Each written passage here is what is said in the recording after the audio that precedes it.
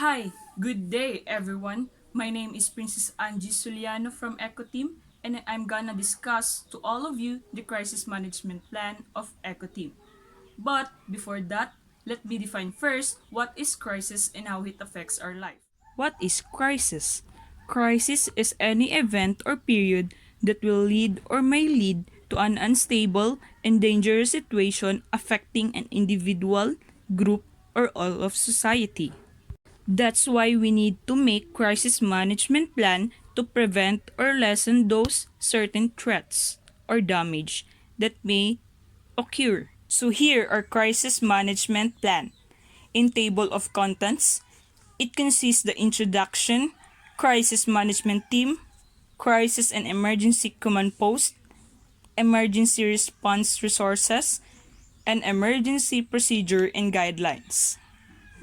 Under the introduction, it consists the purpose, the crisis policy, and the scope of crisis management plan. The purpose of this plan is to lessen the loss and protect lives and properties during crisis situation. This equips the people and give them knowledge on the essential actions that must be performed when a sudden unplanned disorder like natural disaster will take place. Then our crisis policy is that the team and management are devoted to planning, preparation, response to emergencies or crisis events. We are aiming to protect the students, teachers, and the university staff in a manner that assures the safety and integrity of the team. These procedures will be applied to all of the students, teachers, and the university personnel within our scope of limitation, which is the University of Mindanao Matina campus. So the types of crises covered by this manual are natural disasters or events such as earthquake, fire, flood, and tornado. The crisis management team has the authority to determine the short and long-term impacts of a crisis or emergency situation, mandating the evacuation and even closing of the facilities in the university as a whole, and cooperate with external associations and media. Now, let's go to the crisis management team. As you can see on the chart, it consists the team leader, Nicole Villanueva, which the one who authorized in a general management of the university emergency response. Next is the assistant leader, Marliza Toyongan, assisting the team leader in managing and implementing the university's emergency response, and external organizations such as rescue teams and fire departments. She also taking over the command of the team leader if she is unavailable during a certain period of time. Next is PIO, which is me, responsible to information dissemination with regards on the appropriate responses of an emerging crisis, contacting the local media stations for public announcements and other news updates on emergencies and organize seminars on the students and staffs about the university's emergency response. Next is Damage Control Officer, Luvim Romero. He is responsible in supplying vehicles, equipment operators for movement of personnel and supplies, to perform shutdown procedures, barricades, damage assessment, debris clearance, emergency repairs, and equipment protection. Hazardous Material Officer, Joshua Severino, the one who will provide resource assistance on the scene when an emergency occurs involving the handling and or disposal of possible hazardous waste and or radioactive material. Next is Employee Liaison, Jenny Udaxo, responsible to assist employees and families with appropriate response to the emergency. Campus Security, Remnick Toyongan, the one who maintains the campus police office in a constant state of readiness and notifies college administration of major emergencies.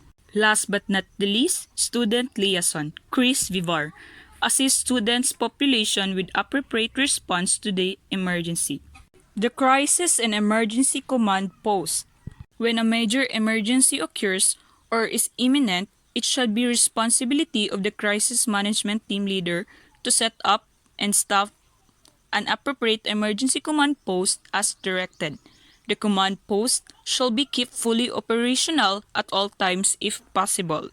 In general command post, if the emergency involves a large portion of the campus, the command post is to be set up in a senior high school field.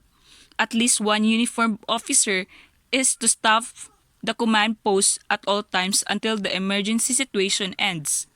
While under the field emergency command post, if the emergency involves only one building or a small part of the campus, a campus student vehicle is to be used as the command post until the emergency ends. A small office with desks, chairs, and a telephone may also be required near the scene. Emergency response resources. It consists emergency food supply, materials list and location, and medical supplies. Emergency food supply. The University of Mindanao Food Services is currently maintaining a food supply designed to last several days if it is necessary during crisis situation. Materials list and location. Individual offices should maintain basic emergency equipment that might be needed in order to continue operations as well as possible. Kits containing items such as flashlights, battery, powered radios, extra batteries, glow sticks for lighting, and basic first aid supplies are made available to each building on campus. Medical supplies. First aid kits are available in several areas of campus. Campus nurse and medical staff and security motorcycles are always readily available. Emergency procedure and guidelines. Emergency evacuation procedures. In building evacuation, all building evacuations will occur on notification by campus security or by schools officials. When notification occurs, leave by the nearest marked exit and alert others to do the same. Assist disabled person leaving the building.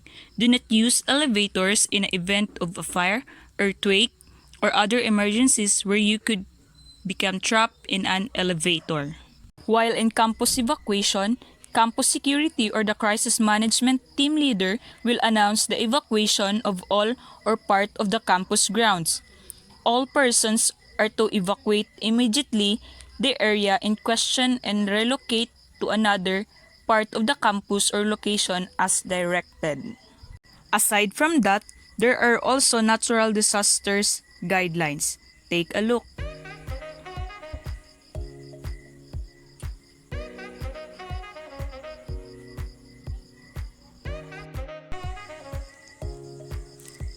Alright, that's our crisis management plan. Thank you so much for listening. Laging tatandaan, ang buhay ay weather-weather lang at ligtas ang taong planado at may alam. God bless everyone!